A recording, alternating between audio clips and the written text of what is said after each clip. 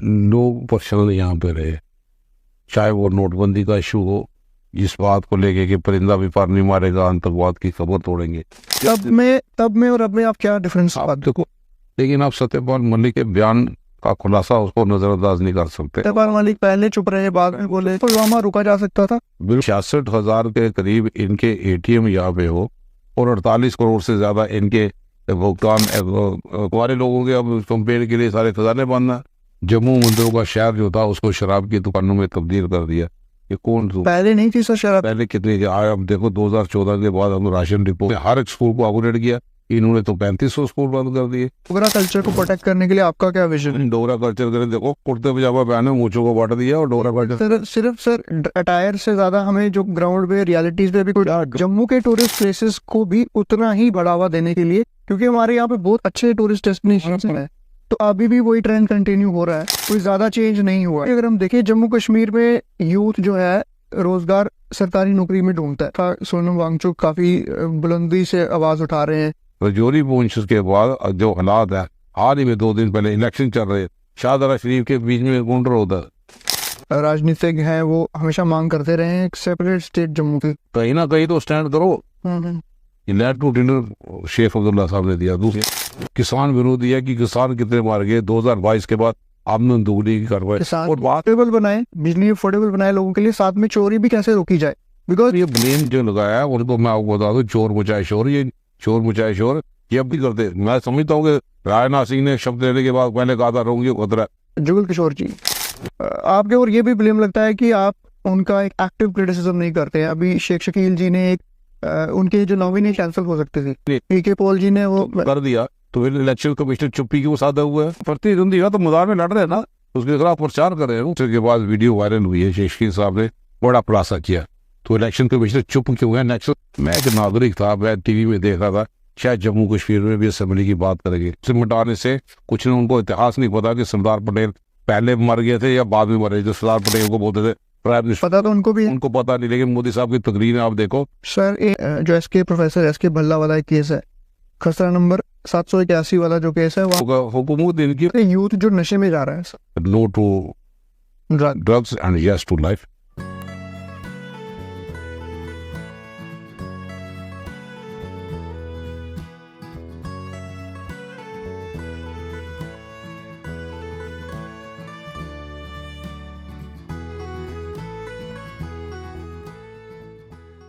न मैं भीड़ हूं न मैं शोर हूं, न मैं भीड़ हूं न मैं शोर हूं, इसीलिए मैं कोई और हूं। कई रंग आए गए मगर, कई रंग आए गए मगर, कोई रंग मुझ पे चढ़ा नहीं। न मैं भीड़ हूं न मैं शोर हूं, मैं इसीलिए कोई और हूं। Good evening ladies and gentleman, Jai Hind to all of you. My name is Navjot Singh and you are watching the Navjot Singh show. In this series of podcasts हम आपके समक्ष लेकर आ रहे हैं कुछ ऐसी शख्सियतों को जिन्होंने अपने काम से, अपनी उत्कृष्ट लीडरशिप से समाज में कुछ ऐसे काम किए हैं ताकि यूथ और पूरे समाज को एक इंस्पिरेशन मिले। आज हम आपको लेकर जा रहे हैं to the city of temples, Jammu, the land which is nourished by the river Chenab and which is known by Mata Vaishno Devi and many such temples. इसी संदर्भ में लोकसभा चुनाव चल रहे हैं और आज हमारे समक्ष जम्मू पार्लियामेंट्री कॉन्स्टिट्यूएंसी से Shri Raman Bhalla ji. Sir welcome to the podcast. Thank you, शुक्रिया आपका। सर बहुत बहुत धन्यवाद आपका, आपने अपने बिजी शेड्यूल में से हमारे लिए कुछ वक्त निकाला, so we are very grateful sir. Thank you. So sir वैसे तो इलेक्शन हो रही है, पॉलिटिकल, आप पिछले कुछ दिनों से पॉलिटिक्स और पॉलिटिकल न्यूज़ से जुड़े रहे हैं, पर हम थोड़ा सा आज आपके व्यक्तित्व में जाना चाहेंगे कि समाज में आपको सब जानते हैं as a leader, as a minister, as a 2 time MLA also, but we want to know कि रमन भल्ला जी अपने बचपन में किस तरह के एक छात्र थे, आपकी फैमिली के बारे में, माता पिता, आप कहाँ से ओरिजिनली बिलोंग करते हैं फॉर द ऑडियंस सर। हम जम्मू से बिलोंग करते हैं, लेकिन पिछले जो हमारे पूर्वज थे वो बिनावर के थे।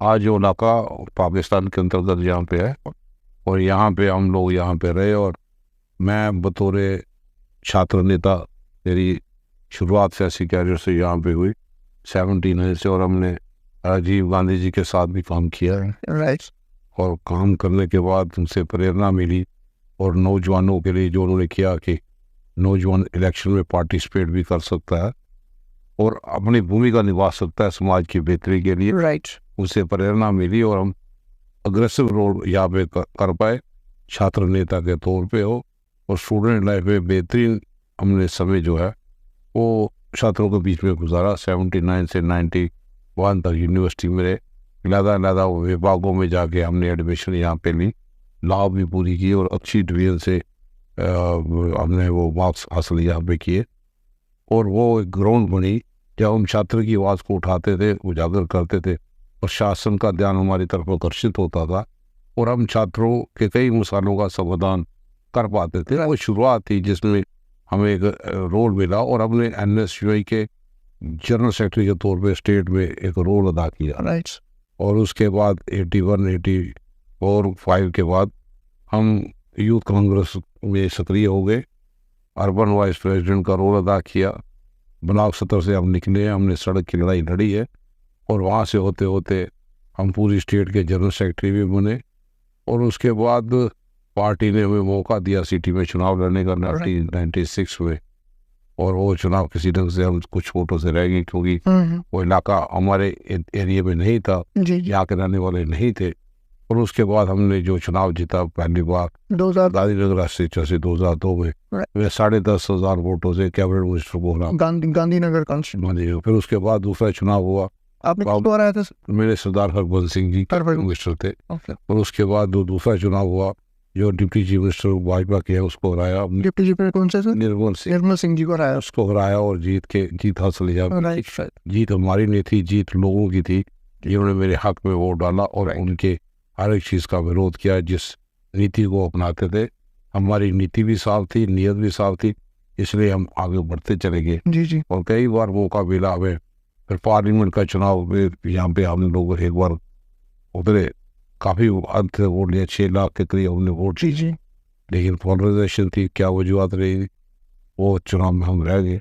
सर पॉलिटिक्स में हम आएंगे, पहले हम अपने आपके मतलब बचपन में जैसे पेरेंट्स के बारे में हम चाहते थे कि आप अपने पेरेंट्स का नाम वगैरह बताएं। फादर का नाम लेट श्री शिव कुमार बल्ला है जी और वो मलेरिया अफसर यहाँ पे रहे हैं। ओके मेरी मदर हाउसवाइफ थी जी श्रीमती शांता बल्ला जी।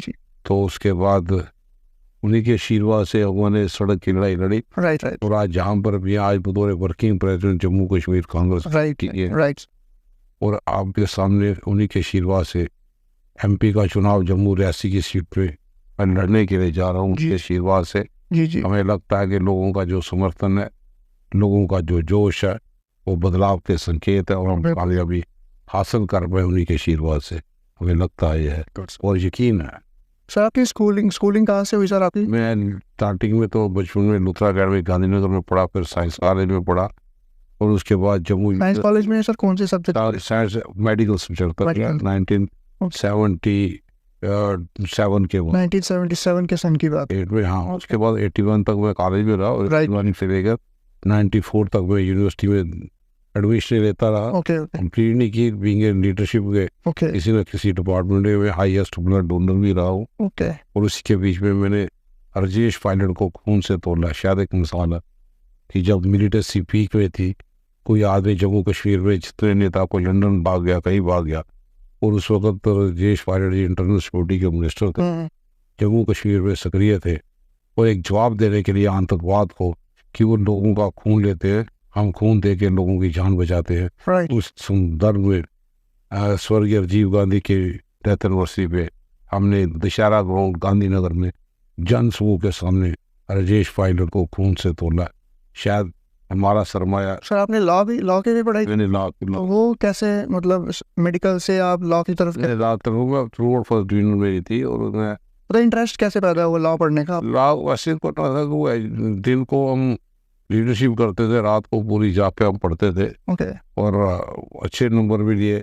दूसरी बार फिर किसी सब्जेक्ट में एडमिशन ले ली यूनिवर्सिटी में रहने के लिए। कभी सोशल वर्कर बन के, कभी कल्चर का आर्टिस्ट बन के, कभी ये सोशल जो वुलन दान दिया था उसके बेस पे मेरिट पे, और लगातार लोगों के साथ संपर्क रहा और वही हमारी ग्रोथ बनी जिसमें हमारा काफ़ी वो बढ़ता गया, कारवा बढ़ता गया और लोगों के साथ संपर्क करते हुए डे टू डे एक्टिविटी, जो भी जन विरोधी नीति होती थी, छात्र विरोधी नीति होती थी, तो हम उसकी आवाज़ को अच्छे ढंग से बुलंद करते थे और ये शुरुआत हो गई हमारा एक कैरियर बनाने में। और आज हम फख्र महसूस करते हैं कि मैं उस तंजीम का सिपाही हूँ जिसने देश की खातिर बड़े बड़े प्रधानमंत्रियों ने अपनी जानें निछावर कर दी।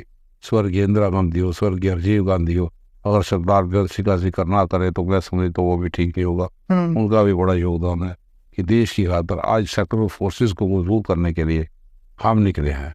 हम निकले हैं जम्मू हिंदुस्तान में डॉक्टर अम्बेडकर साहब के कॉन्स्टिट्यूशन को बचाने के लिए।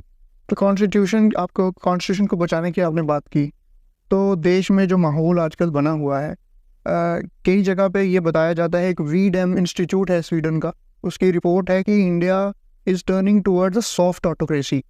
तो आपको क्या लगता है कि देश में डेमोक्रेसी को खतरा है? देश में डेमोक्रेसी को खतरा है क्योंकि डेमोक्रेटिक इंस्टीट्यूशन जो है उनको बुलडोज किया जा रहा है। हम कई जगह देखते हैं, ख़ास तौर पर जब 2014 के चुनाव के बाद आज की बात करें तो कई ऐसे फैसले यहाँ पे हुए जिसमें लोग परेशान यहाँ पे रहे। चाहे वो नोटबंदी का इशू हो, जिस बात को लेके कि परिंदा भी पर नहीं मारेगा, आतंकवाद की खबर तोड़ेंगे। मिलिटेंसी आज मिलिटेंसी रजौरी पुंछ में अगर देखें डांगरी का कांड है, रजौरी पुंछ में कितने फौजी जवान शहादत देते हैं, मिलिटेंट नहीं पकड़ा जाता। सर आप भी सरकार में रहे हैं जम्मू कश्मीर में, लेकिन तो तब में और अब में आप क्या डिफरेंस? आप देखो, तब भी था, हम लोगों के बीच में चलते थे, सरकार पीपल फ्रेंडली सरकार थी। जहाँ पे स्ट्राइक करना है वहाँ पे कौन रोकता है? फौज को कौन रोकता है? पुलिस को कौन रोकता है? लेकिन आप सत्यपाल मलिक के बयान का खुलासा उसको नजरअंदाज नहीं कर सकते। जिन्होंने कहा था कि सत्यपाल मलिक पहले चुप रहे, बाद में बोले, वो उनका काम था ना, चुप रहे, लोगों को गुमराह किया। लेकिन अब जब उन्होंने खुलासा कर दिया तो उसको भी अब अनदेखा नहीं कर सकते कि अगर मौके पे जहाज में मेरे को जहाज देते तो आज फौजियों की शहादत ना होती। तो फौजियों की शहादत के बाद तो ये सरकार में आए। आज हम राहुल गांधी नफरत की दीवारें खड़ी करने वाले लोगों के खिलाफ सड़क पे होते हैं कि हम नफरत की दीवारें गिरा दे, प्यार मोहब्बत की दुकानें खोले, मिलजुल के रहे। बाइक आप मानते हैं पुलवामा रुका जा सकता था? बिल्कुल, ये मैं नहीं कहता, ये तो सत्यपाल मलिक 300 किलो आर्टिक्स पहुंचा कैसे, जांच अभी तक नहीं लोगों के सामने आई। लोग पूछना चाहते हैं कि आज आप लोग दावे करते थे, आपने 2000 नोट छापा, फिर खुद ही वापस कर लिया, क्या वजूहत है? आपने कहा था 100 दिन में अंदर काला दिन आएगा, हमारा सफ़ेद भी चला गया। आप 100 दिन को ला नहीं सके, नीरव मोदी को ला नहीं सके, चौकसी को ला नहीं सके, विजय माल्या को ला नहीं सके। पर सर कांग्रेस की सरकार थी केंद्र में, तब भी 2G स्कैम, CWG स्कैम, बहुत सारे स्कैम की बात तब होती रही। जनाब वो स्कैम तो इनके बनाए थे और सुप्रीम कोर्ट ने सबको क्लीन चिट दी। कौन सा? बीजेपी भी वही कह रही है कि बीजेपी के स्कैम में आए ना। बीजेपी का कौन सा चीज़ है? आप बताओ, जहाँ पे कांग्रेस के टाइम में किसी को स्कैम में इन्वॉल्व होता था, कांग्रेस उसको मंत्री पद से हटा देती थी, क्लीन होता तो फिर देते थे। ये तो मानते नहीं है। जो इनके पास जाए कभी धमकी तो बड़ी देते, 70,000 करोड़ का घोटाला महाराष्ट्र में, फिर उनको डिप्टी चीफ मिनिस्टर पोस्ट भी देते हैं। आज हर जगह पे हम नहीं कहते, ये जो बॉन्ड आया इलेक्ट्रोल बॉन्ड SBI का, उसने भी काफ़ी पत्ते खोल दिए। अब वी पार्टी से भी आप चंदा लेते हो और छुपाते हो कितने। वो स्टेट बैंक वाले, मैं तो सुप्रीम कोर्ट का शुक्रगुजार हूँ कि जिन्होंने संज्ञान लिया। अब 66,000 के करीब इनके ATM यहाँ पे हो और 48 करोड़ से ज़्यादा इनके भुगतान अकाउंट जिनका अकाउंट है वो यहाँ पे हो, वो भाई साहब 217 का रिकॉर्ड नहीं दे सकते। तो ये है संज्ञान। जब जैसे इलेक्टोरल बॉन्ड्स की आपने बात उठाई, तो अक्सर ये जो इलेक्टोरल एनालिस्ट और पॉलिटिकल एनालिस्ट ये बात करते हैं कि स्टेट फंडिंग ऑफ इलेक्शंस की जाए, ताकि जो फंडिंग है प्राइवेट फंडिंग ना हो, स्टेट ही फंडिंग करे, ताकि सबको एक बैलेंस उसमें मिले और ये ट्रांसपेरेंसी आए। आप क्या मानते हैं इसमें? ये तो सरकार का, ये नेशनल लीडरशिप का फैसला है, वो किस ढंग से करे, और वो हमारे जो थिंक टैंक है वो इसमें विचार विमर्श करे। आपकी पार्टी का क्या विचार है? वो बात तो करे ना, जब वो बात करेंगे तो पार्टी उसको आपने पता खोलेगी। अब वो बात ही ना करेंगे, आपने इतने 1000 करोड़ का चंदा भी लेने, 20 वालों से चंदा भी लेने, तो बात तो पही ना है। हमारे लोगों के अब कंपेन के लिए सारे खजाने बांधना, तो चुनाव कैसे होगा? लेकिन चुनाव को लड़ना है, हम जमहूरियत से भागते नहीं है, जमहूरियत के इख्तियार है। आप देखो जम्मू कश्मीर में कितना सहा है। अब 3 साल से ये भाजपा सरकार नहीं चला पाई, इनकी परफॉर्मेंस नहीं, और सरकार नहीं चलाने के बाद हमारे कारपोरेटर अभी तक बंद है। ग्रास रूट लेवल पर डेमोक्रेसी को बुलडोज किया गया है, पंचायतों के चुनाव अभी नहीं हो पाए। स्टेट फूड का मिलेगा सर? स्टेट फूड जो हमारी स्टेट का एक हक था क्या हम लोग तो पूरी एक मुल्क हुआ करता था जम्मू कश्मीर, हमारी स्टेट का दर्जा छीना गया, और जब तक स्टेट का दर्जा वापस नहीं आएगा हम चैन से नहीं बैठेंगे। और यही हमारा मुद्दा है कि अब चुनाव में हम जा रहे हैं कि हम पूरी तौर पर स्टेट, और हमारी बात ऑनरेबल सुप्रीम कोर्ट ने मानी, उन्होंने निर्देश दिए कि फौरी तौर पर स्टेट रूल वापस देनी चाहिए। समय सीमा तय नहीं की, लेकिन उन्होंने इस इशू को माना कि स्टेट को तोड़ना वो इनके पास मैंडेट नहीं था, यूटी में बनाना इनके पास मैंडेट नहीं था। यूटी से सरकारें बनती हैं, आप स्टेट से यूटी बना दो, ये कहीं सुनो। ये 370 को आप हटाने को सपोर्ट करते हैं आप? नहीं, हम अब क्योंकि ये मसला सब्जेक्ट ऐसा है, अगर कोर्ट में नहीं होता तो हम टिप्पणी करते। आज जो बड़े ढोल नगाड़ों से इनका स्वागत करते थे, आज जम्मू कश्मीर से हमारे सोर्सेज चले गए, हमारी रेत और बजरी हमारे लोकल लोग ट्रैक्टर ट्राली बेच के गुजारा करते थे, अब सारा माफिया रेत बजरी बाहर वाले कर दो। जम्मू मंदिरों का शहर जो था उसको शराब की दुकानों में तब्दील कर दिया। कि कौन पहले नहीं थी सर शराब? पहले कितने अब देखो 2014 के बाद हम राशन डिपो में राशन में चीनी और कैरोसिन ऑयल दिया करते थे, 8 रुपये किलो आटा दिया करते थे। 2014 के बाद कोई नया राशन डिपो। तो क्या आपने ये संदेश लोगों तक पहुंचा पाया? लोग इसीलिए तो लोग समर्थन कर रहे हैं, भाजपा का तो बड़ा साफ है, इसीलिए लोग समर्थन कर रहे हैं। कितनी सीटें देख रहे हैं आप इंडिया हमारी 6 की 6 इंडिया अलायंस की इस बार? इंडिया ब्लॉक जो है 6 की 6 सीटें ऑल ओवर में नेशनल लेवल की? नेशनल लेवल की बात नेशनल लेवल में करेंगे। मैं जेएल की बात करता हूँ, इंडिया ब्लॉक 6 की 6 सीटें जीतेगा, और भाजपा वाले को भी संकेत होगा कि उन्होंने गुमराह हिंदुस्तान के लोगों को किया कि जम्मू कश्मीर का आप इनके दफा तोड़ने से बड़ा खुश है। तो अगर दफा तोड़ने से खुश है, आप चुनाव क्यों नहीं कराते, भागते क्यों? आप स्मार्ट मीटर के यहाँ के लोगों की पेइंग कैपेसिटी नहीं है, और कैजुअल लेबर 10 साल प्रॉपर्टी टैक्स लग रहा है स्मार्ट मीटर के साथ, और कैजुअल लेबर जो है 10-15 साल हो गए, 20 साल हो गए उनको संघर्ष करते हुए। जायज़ डिमांड है, ये 10 साल फाइन हो गए सोए रहे, ये जम्मू कश्मीर की बुजुर्गों की पेंशन बंद करते हैं, ये जम्मू कश्मीर विधवाओं की पेंशन बंद करते हैं, और 12th पास करने के बाद बोलते हैं सेकंड ईयर में अगर एडमिशन लेनी है ये पार्ट फर्स्ट में, तो आप CUT के ये पंजाब में एग्ज़ाम देने के लिए जाओ। कश्मीर का एक बच्चा नहीं गया, जम्मू वाले चले गए। और आप बताओ, ये डिलिमिटेशन का हमारा मेंबर पार्लियामेंट था, रजौरी पूंछ को अनंतनाग के हवाले कर दिया। आपने जम्मू में ज़िले में जितने लोग थे, एक सीट आप लोग नहीं बढ़ा पाए, तो किसकी दावे बोल करते, किसकी पीठ तक दबाते हो? आज नरेगा की लाइबिलिटी गारंटी तो वो है ना जिसको सोनिया गांधी खड़ के सामने दिया, नरेगा की गारंटी। आप उसकी लाइबिलिटी नहीं क्लियर कर पाए। Back to village 1, back to village 2, back to village 3, back to village 4, back to village 5, सारा टाइम फिक्स हो गया। आज अगर वहाँ पे ग्रांटें आ रही हैं तो वो नरेगा के तहत जो योजना थी उसके तहत आ रहे, तो 100 दिन का रोजगार वहाँ पे गारंटी था। अब इसको बढ़ाने की जरूरत है, इसलिए हमें सब पर रोजगार की तो हालत सर बहुत खस्ता है। हालत खस्ता 18.3 में भाजपा ने जो दावे किए थे नौजवानों को रोजगार देने के लिए, 5 अगस्त 2019 में हम बड़े बड़े अंबार खोल देंगे, बड़े बड़े इन्वेस्टर आएंगे। आज 2019 से 5 साल होने वाले हैं, एक भी इन्वेस्टर जब कांग्रेस के टाइम पे भी हालात कुछ ज्यादा अच्छे नहीं थे, तब भी कांग्रेस के टाइम में इतनी पोजीशन नहीं थी जो आज पोजीशन है। रिक्रूटमेंट स्कैम नहीं थे, आयुष्मान के स्कैम नहीं थे। आज सत्यपाल मलिक का मेरे को इतने करोड़ रुपए की घूस देने के लिए वो ऐसे सीजन नहीं थी, रिक्रूटमेंट स्कैम थे। हमने तलीमी इदारे बताए, हमने अपने वक्त में हर एक स्कूल को अपग्रेड किया। इन्होंने तो 3500 स्कूल बंद कर दिए। जब आप 3500 स्कूल बंद कर देंगे तो आप टीचर्स के कहाँ पे लोग जाए? स्कूलों की जहाँ तक बात ऐसे आपने की, हम दिल्ली में देखते हैं अरविंद केजरीवाल ने काफ़ी अच्छा काम किया है उनकी सरकार ने।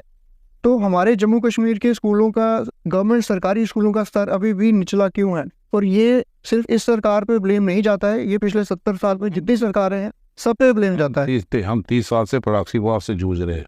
यहाँ पे रिफ्यूजी आए, लोगों ने जम्मू में बोले वहाँ से इस्तेमाल किया, माइग्रेंट आए उनका इस्तेमाल किया। जम्मू कश्मीर की स्थिति डिफरेंट है, ये रोज बम धमाकों की आवाज़ें सुनते हैं। लेकिन क्या फंड्स की कमी मानते हैं? हमारे टाइम पे फंड्स की कमी नहीं थी। मनमोहन सिंह जी तक 1 किलोमीटर के अंदर स्कूल खोलना ताकि RET टीचर लगे, 7 के वो पक्के होते थे। अगर कोई इंजीनियरिंग करके आया, अगर अनएम्प्लॉयड है तो सेल्फ हेल्प ग्रुप बनाए थे कि वो इकट्ठे होकर कोई टेंडर ले ले, काम करे। इन्होंने सेल्फ हेल्प ग्रुप भी बंद कर दिया। वो जो दूसरे थे RET टीचर, वो स्कूल बंद कर दिया। RET टीचर का कहीं नहीं, कैजुअल लेबर का कहीं नहीं। आशा वर्कर्स आंदोलन बढ़ाने की बातें करते हैं, जोरदार मांग होता है, लेकिन 10 साल में उनको तरफ कोई नहीं। ये बताते हैं कि बहुत बड़े बटालियन खड़ी हो जाएंगी, एक भी बटालियन नहीं खड़ा कर पाए। जम्मू कश्मीर जैकलाई थी, उसके धज्जी उड़ा दी। आप बताओ, प्राइम मिनिस्टर हाउस में जितेंद्र सिंह जी बैठे हैं, प्राइम मिनिस्टर हाउस में 12-15 भाषाओं को मान्यता है, तो डोगरी क्यों गायब है? पगड़ी तो यहाँ पे डोगरी भी डालते हैं, फिर डोगरे बोलते हैं। आप बताओ, जो हमारे प्रधानमंत्री डोगरा कल्चर को प्रोटेक्ट करने के लिए आपका क्या विजन है? डोगरा कल्चर करें, देखो कुर्ते पजामा पहने मूंछों को बांट दिया और डोगरा कल्चर सिर्फ सर अटायर से ज्यादा हमें जो ग्राउंड पे रियलिटीज पे भी कोई यार डोगरों को नहीं, हम लोगों ने सर्टिफिकेट दिया ना, पहले सरकारों में नहीं था। अगर कश्मीर का आदमी स्टेट जेड में जाता था तो उनको हाइट जस्ट की रिलैक्सेशन दी, फिर मिनिस्ट्री ऑफ होम में ही रेवेन्यू डिपार्टमेंट था, अपने डोगरा सर्टिफिकेट दिया, फिर रिक्रूटमेंट के लिए फिर MHA के तहत उसकी रिलैक्सेशन हुई, अमेंडमेंट हुई, आज वो लोग नौकरी में जाते हैं। आप बताओ रिफ्यूजी के लिए क्या किया? मनमोहन सिंह जी 25 लाख देना चाहते थे रिफ्यूजियों को वन टाइम सेटलमेंट, लेकिन 5 लाख और बढ़ा के जॉइंट पार्लियामेंट्री कमेटी ने रिकमेंड किया रिफ्यूजी 2.5-3 लाख से ज़्यादा है तो इनको 30 लाख रुपए वन टाइम सेटलमेंट के तहत दे दो। भाजपा ने 5.5 लाख रुपए के बाद एक भी फाइन नहीं निकाली भाई इसको बाकी बैलेंस पेमेंट देंगे, क्यों नहीं देंगे? रिफ्यूजियों के साथ बद्दा मजाक किया है। रिफ्यूजियों के लिए सीट रिजर्व करनी चाहिए थी, 1 सीट रिजर्व करते हैं, 24 सीट रिजर्व मैक्सिमम करे। रिफ्यूजियों के साथ इंसाफ हो। आप ये माइनॉरिटीज़ को, सिख कम्युनिटी हो, दूसरों को हिंदू माइनॉरिटीज़ कमीशन यहाँ पे लागू नहीं कर पाते और सरकार आपकी है। आप जम्मू कश्मीर में जिस ढंग से टूरिस्ट डेस्टिनेशन सेंटर बनने की ज़रूरत थी कि ट्रेन कहाँ पर चलेंगी, अब टूरिस्ट डेस्टिनेशन सेंटर 10 साल में आप लोग नहीं बना पाए, आर्टिफिशियल लेक आप नहीं बना पाए। जम्मू का पोटेंशियल था कि जिससे रिलीजियस इमोशनल, लेकिन हम अगर आप बताओ सुबह में लेक आप नहीं डेवलप कर पाए, कनेक्टिविटी आप नहीं दे पाए। हम आंसर नहीं, सॉल्यूशंस की बात, सोल्यूशन क्या है कि इनका तंग नजरिए का लोग है ये तो हम आपके विजन और हम उनको क्रिटिसाइज करने के साथ नहीं करेंगे। मैं जनरल लोगों की बात बता रहा हूँ ना, भाई जनरल बात लोग हमारे साथ क्यों चल रहे हैं जम्मू कश्मीर में। 10 साल में हमें इनसे कुछ मिला नहीं, tourist destination centre Jammu Kashmir में नहीं बना, हमें ड्रोन के अटैक देखने पड़ रहे हैं, ड्रोन के जरिए हथियार। तो वैष्णो देवी है हमारा श्राइन बोर्ड है जी, जो टूरिस्ट आता है वैष्णो देवी माता के दर्शन करने, तो वो जम्मू से आता है दर्शन करके वो चला जाता है। उसको ऐसा आपकी सरकार बनती है जैसे या कांग्रेस पार्टी की विजन क्या है कि जम्मू के टूरिस्ट प्लेसेस को भी उतना ही बढ़ावा देने के लिए, क्योंकि हमारे यहाँ पे बहुत अच्छे टूरिस्ट डेस्टिनेशन परमंडल है जिसमें भगवान राम के परमंडल है सर, जैसे किश्तवाड़ भद्रवाह, उसको कश्मीर की तरह हम क्यों नहीं प्रमोट कर पाए? बताना तो 25 MLA इनको भाजपा को दिए थे, MP बने थे, क्यों नहीं कर पाए? सर उससे आपकी भी सरकार रही है पहले, तब भी हमारी सरकार थी तो हमने कितनी टूरिस्ट डेवलपमेंट हुआ है, 12-15 टूरिस्ट। लेकिन जैसे मेरे भी कुछ मित्र आते हैं तो उनको भी ऐसे होता है एक आदमी शिवखोड़ी में हमने डेवलपमेंट नहीं किया, सोलंका मोड़ में हमने लोगों ने डेवलपमेंट नहीं किया, और कुछ और कर तो टाइम भी देखो, हम लोग 30 साल तो प्रॉक्सी वास्ते जूझते रहे हैं। लेकिन वो आपको गई तुम वहां कश्मीरी पंडितों को ये एब्रिटेशन, पर हर चीज पे हम वो एक्सक्यूज कैसे दे सकते हैं सर इसका कि प्रॉक्सी वार का वो तो रहेगा सोल्यूशन में। उसके साथ साथ हमने डेवलपमेंट भी दी, हमें रिहेबिलिटेशन देखो। अब जो कश्मीरी पंडितों को जड़की में ट्रांसजेंडर अकोमोडेशन बनाई, वेसू में बनाई, शेखपुरा में, बडगाम बनाई, 6000 नौकरी ताकि उनको लोगों को भी कॉन्फिडेंस मिले। ये तो 6000 से 10 साल हो गए, एक पोस्ट नहीं आगे बढ़ा पाए। आप बताओ जम्मू शहर में गंडोला लगा तो भाजपा के लोग थे ना, मैं ही था मिनिस्टर उधर, आज गंडोला लग के लोग देखते हैं। आज महाराजा हरि सिंह की प्रतिमा लगी है तो कांग्रेस के टाइम पे लगी ना, और महाराजा हरि सिंह की पार्क कभी में 4000 करोड़ लैंड रिट्रीव की, तो महाराजा हरि सिंह की पार्क उस वक्त बनी जब रमन बल्ला भी कैबिनेट में मंत्री था। तो हर ये वो चीज़ें हैं जो लोगों को दिखते यहाँ पे है। उसमें यहाँ पे अगर टूरिस्ट माता वैष्णो देवी से सीधा आप ट्रेन पार जाएगी, चले जाएगा, तो जम्मू में कौन रुकेगा? जम्मू में होटल इंडस्ट्री तो रहनी चाहिए, तो रोकना चाहिए ना उसके लिए कुछ उसके रोकने नहीं, टूरिस्ट डेस्टिनेशन सेंटर इसलिए मैं कर रहा हूँ। आर्टिफिशियल नहीं, 10 साल से ये नहीं बना, वो इनका थोड़ी है, वो तो हमारे लोगों का ना। शुरू से भी जो पहले भी सरकारें रही हैं पिछले 70 साल से भी, केंद्र की सरकार की अगर हम बात करें, उनका जो एजेंडा और जो प्रमोशन रही है हमेशा कश्मीर को रही है कि कश्मीर को एक टूरिस्ट सेंटर बनाया गया है, प्रमोट किया गया है। तो अभी भी वही ट्रेंड कंटिन्यू हो रहा है, कोई ज्यादा चेंज नहीं हुआ है। हो रहा है। G20 भी उन्होंने कश्मीर में कराया, जम्मू में क्यों नहीं कराया? वो तो भाजपा को सवाल पूछना, लोगों ने ताकत तो इनको दे दी ना। आप बताओ, मैं इनके नहीं बोलता, बड़े बड़े प्रोजेक्ट हैं। पल्ली में प्रोजेक्ट था, प्राइम मिनिस्टर ने भाषण किया, क्या करोड़ में वहाँ पे पोजीशन है, क्या सर? और प्राइम मिनिस्टर ये आनंद करते हैं, ये सिर्फ मुलाजमों को इकट्ठा करके भाषण देते हैं। ग्राउंड में पोजीशन कुछ नहीं है। ग्राउंड में जब किसी आदमी का चूल्हा न जले, आप कोरोना प्रताड़ित लोग उनको प्रॉपर मुआवजा न दे पाए, तो इकनॉमिकल कंडीशन क्या होगी? जम्मू कश्मीर में और तो सोर्सेज है नहीं, और इन्वेस्टर के तौर पे पूरी दुनिया में यह प्रशासन घूमता, लेकिन कोई प्राइवेट इन्वेस्टर जमीनें लेके। तो ये क्या प्रॉब्लम है? जैसे इन्होंने बात की थी, मतलब 370 हटाने के बाद की इन्वेस्टमेंट आएगी, बहुत सारा इम्प्रूवमेंट होगा। तो पहले से भी अगर हम देखें, जम्मू कश्मीर में यूथ जो है रोजगार सरकारी नौकरी में ढूंढता है, और सरकारी नौकरी आपको पता है, मंत्रालय में रहे हैं कि सीमित है। तो हमें कुछ तो मिलता था, एसपीओ लगते हैं डेली वेजर। अब एक alternate fast track route private sector को लाने के लिए हम क्या कर सकते हैं? प्राइवेट सेक्टर को इन लागू लाना है ना। जब सब फैसिलिटी दे रहे हैं तो अभी तक आया क्यों नहीं? 2014 के बाद लोग इंतजार कर, 2019 के बाद 5 अगस्त 2019। आप एज एनालिस्ट आपको क्या लगता है कि कमी कहाँ है? ये सरकार का है, इसको ये सरकार को देख रहे हो। जिस चीज़ को लिए इन्होंने दफा तोड़ी, जिस चीज़ के लिए हमें यूटी में कन्वर्ट कर दिया, तो है का हमारी तो पहचान खत्म हो गई। हमें ये सुनने के भी बन गया। हमें चाहिए स्टेट रूम, हमें चाहिए इमीडिएटली असेंबली के चुनाव, और लेफ्टिनेंट गवर्नर की पोस्ट के लिए जम्मू कश्मीर तैयार नहीं है। उसमें गवर्नर की फुल फ्लैज पोस्ट हो। ये जम्मू कश्मीर है, और ये जम्मू कश्मीर ये सेंसिटिव एरिया है। ये राजस्थान, हरियाणा, दिल्ली ना, भाजपा वाले ये सत्ताधारी उसको मत में, ये चारों तरफ से सीमावर्ती क्षेत्र जो है वो उसमें दूसरे अनासर लोग हैं। हमारे पड़ोसी जो है उनका अच्छे संबंध नहीं है, चाहे चाइना हो, चाहे पाकिस्तान हो, चाहे दूसरे बॉर्डर है। ये वो बॉर्डर स्टेट है, इसमें लोगों को लद्दाख पड़ेगी। लद्दाख में आपने देखा सोनम वांगचुक काफ़ी बुलंदी से आवाज़ उठा रहे हैं, 6 शेड्यूल की मांग कर रहे हैं। पहले उन्होंने सरकार का समर्थन किया था 370 हटने पे कि हमें अलग यूटी मिल गई, लेकिन अभी वो भी यह आशंका जता रहे हैं कि यहाँ पे इंडस्ट्री आ गई, उससे क्लाइमेट डिजास्टर हो सकता है, फ्लैश फ्लड हो सकता है। उधर चाइना बैठा है, इधर पाकिस्तान बैठा है। तो आपको नहीं लगता है कि एक संवेदनशील हमारा जो राज्य पहले रहा है, और लद्दाख की यूटी है वो भी बहुत संवेदनशील है, तो उसको हम थोड़ी संवेदना से नहीं? सब जो लोग चाहते हैं कि हमारे वहाँ पे लेजिस्लेटर हो, लद्दाख वाले तो ये डिमांड करते हैं। वो 2 सीटें भी मांग कर रहे हैं। 2 सीटें की मांग, लेकिन हमारा तो फुल फ्लेज स्टेट था ना। हमारा कसूर क्या है? आप हमारी रियासत को तोड़ते हो, और वो लोग जो पाकिस्तान के साथ, जो आप फौजियों के साथ बगैर वर्दी के काम करने के साथ कंधा बनाते हुए उनका मुकाबला यहाँ पे कर रहे हैं। ये लोग भी तो अपन पसंदीदा है ना।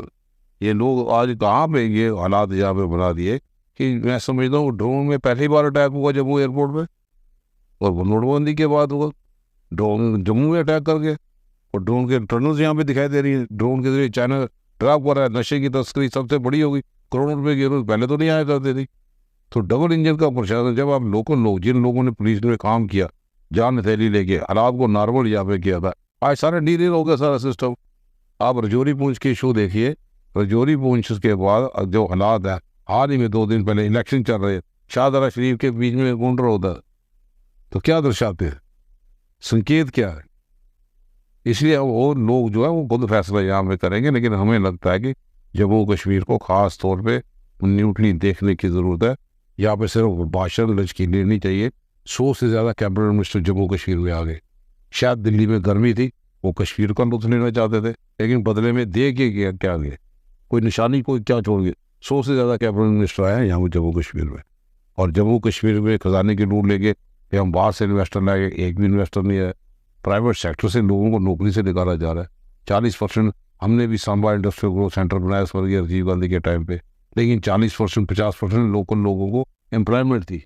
सर, इंडस्ट्रियल पॉलिसी में कुछ बदलाव की जरूरत, बदलाव देने की जरूरत है।